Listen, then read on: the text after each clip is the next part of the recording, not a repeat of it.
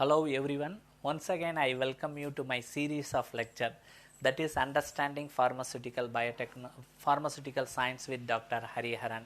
So today we are going to discuss about the production of rabies vaccine. So in this lecture we will discuss about first what is meant by a rabies vaccine. So how this vaccine should be given, how it is going to protect us. Second part we will discuss about the production of rabies vaccine, and the third we will discuss about its dosage as well as its storage condition. So first we understand about the rabies vaccine. So the rabies vaccine is one of the greatest achievements in the field of immunology, especially in the history of immunization. It is one of the considered as a greatest achievement. This vaccine was initially developed by Louis Pasteur. Later on it has been little bit modified so that the production ability can be enhanced in a very large rate. So Louis Pasteur contribution, rather from when compared to other field, his contribution to immunology is very much important because he was the first person to develop the attenuation process, and the same attenuation process he has applied in the development of the rabies vaccine. So by developing this rabies vaccine, he has shown us how a virulent viral strain, naturally available virus, can be converted into a weakened attenuated strain. So how he has proven that is that he has taken a virulent viral rabies virus from the mad dog saliva, because the dog which has been infected with rabies secretes more saliva. The saliva carries this rabies virus. So what he has done is he has taken this virulent rabies virus from the saliva of the dog. Then he has passed through a series of subculturing through a dozen of rabbits. So what he has done is he has injected this virus into a rabbit, especially at the spinal cord. Then after incubation of several days, then he has taken out that virus, then he has re-injected in another rabbit, and this passage was continued over a dozen of rabbits until he find a fixed attenuated viral strain which is stable enough, not going to produce disease, but it has an ability to stimulate the immunity. So this was how the attenuation of this virus he has done it. So nowadays the incubation time of this attenuated virus you have seen is that it has been drastically reduced from the incubation of 60 days to only 6 days. So this is how the Louis Pasteur has provided us with the rabies vaccine is manufacturing process.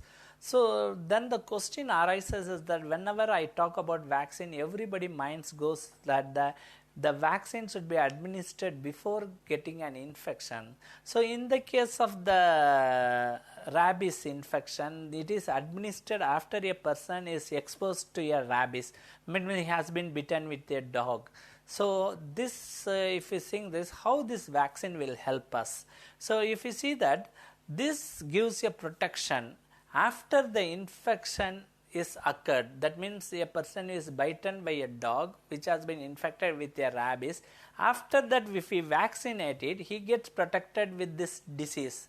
So how he is getting protection is that this virus, that is the rabies, is an unique virus which has a long incubation period. So once it infects us, it takes a long period. It takes around nearly 60 days if a person got a leg bite or any other regions of the body, and it takes nearly 30 days of incubation if it is bite on the regions of the head.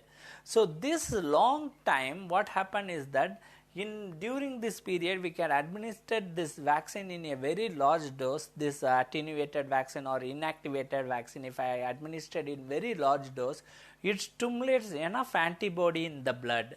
So the antibodies, once the virulent strain comes out, due to infection, what happens, it gets neutralized. So the person will get protected against the disease. So this way it gives protection as a vaccine.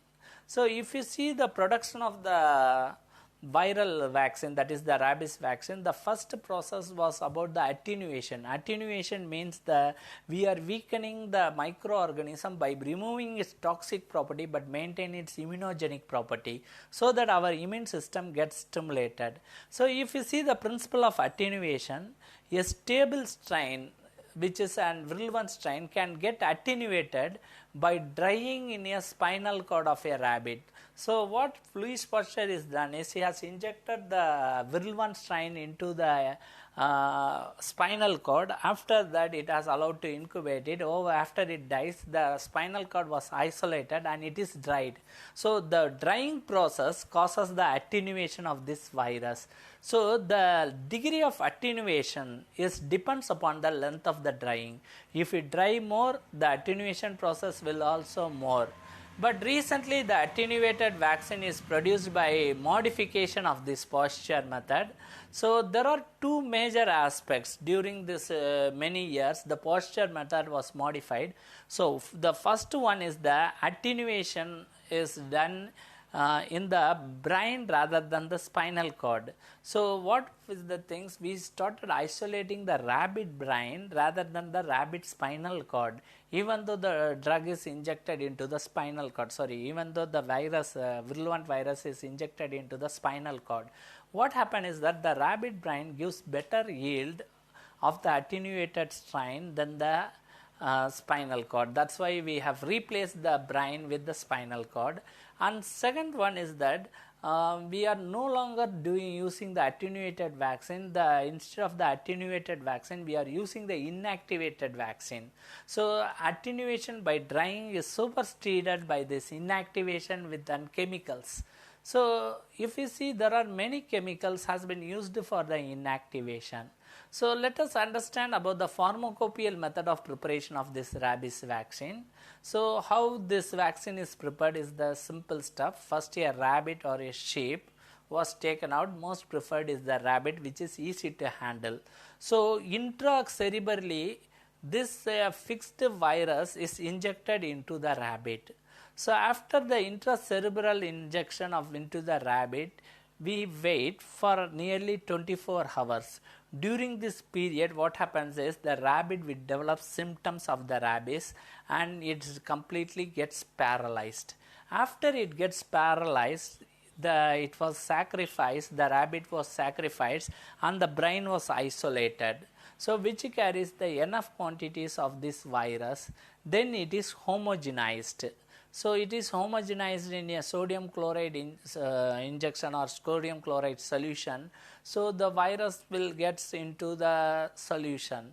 So after that, today we are using the killed viral vaccine rather than the attenuated. So what we do is we inactivate this with the phenol, which is often preferred when compared to other things, because the phenol not only inactivates this virus, it inactivates other microorganisms like bacteria or anything which has been contaminated during the process also. Apart from phenol, the other inactivating agents like formaldehyde and beta propiolactone can also be used. So nowadays UV light also can be used for the same purpose. So the preparation is finally diluted to a suitable amount of a brine material, then it is dispensed as a vaccine.